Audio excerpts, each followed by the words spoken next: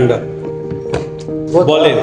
बले साथीको काण्ड अनि सागर लम्साल उहाँ चाहिँ एकदमै फेमस आर्टिस्ट पनि हुनुहुन्छ है। अब उहाँको काण्ड अब बाहिरिएका छन्।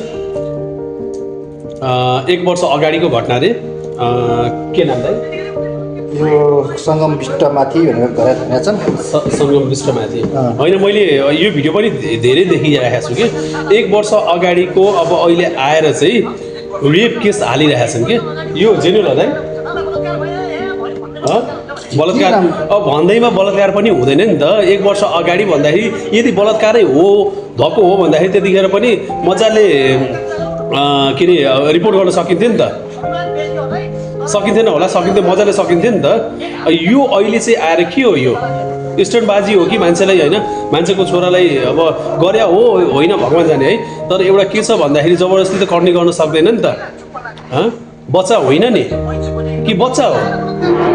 अब बलात्कार गरेर अहिले अब 1 वर्ष अगाडिको घटना लगेर जबरजस्ती गरेर त यताउता गरेको थिएन होला पक्कै पनि, मलाई जहाँसम्म लाग्छ है। दुईजनाको के अरे सहमतिमा भएको होला।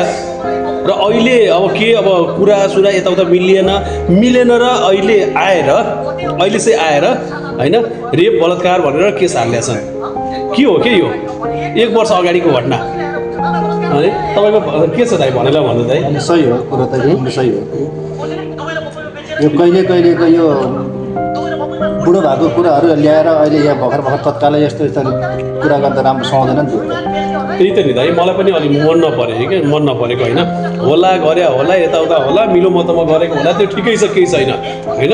या जबरजस्ती नै गरेको थियो भन्दाखेरि त्यतिखेर त मजाले दाइ के अरे जस्ट हाल्न सक्यो नि त केस।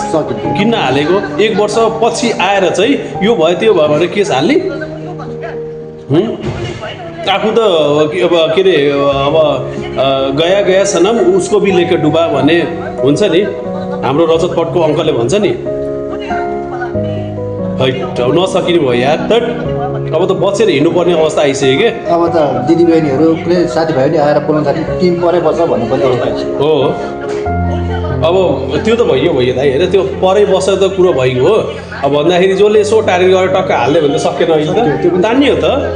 बिना काममा इन्भेस्टिगेसन गरेर बिना काममा ठोकाइ पाइयो, बिना काममा बेइज्जत भइयो त।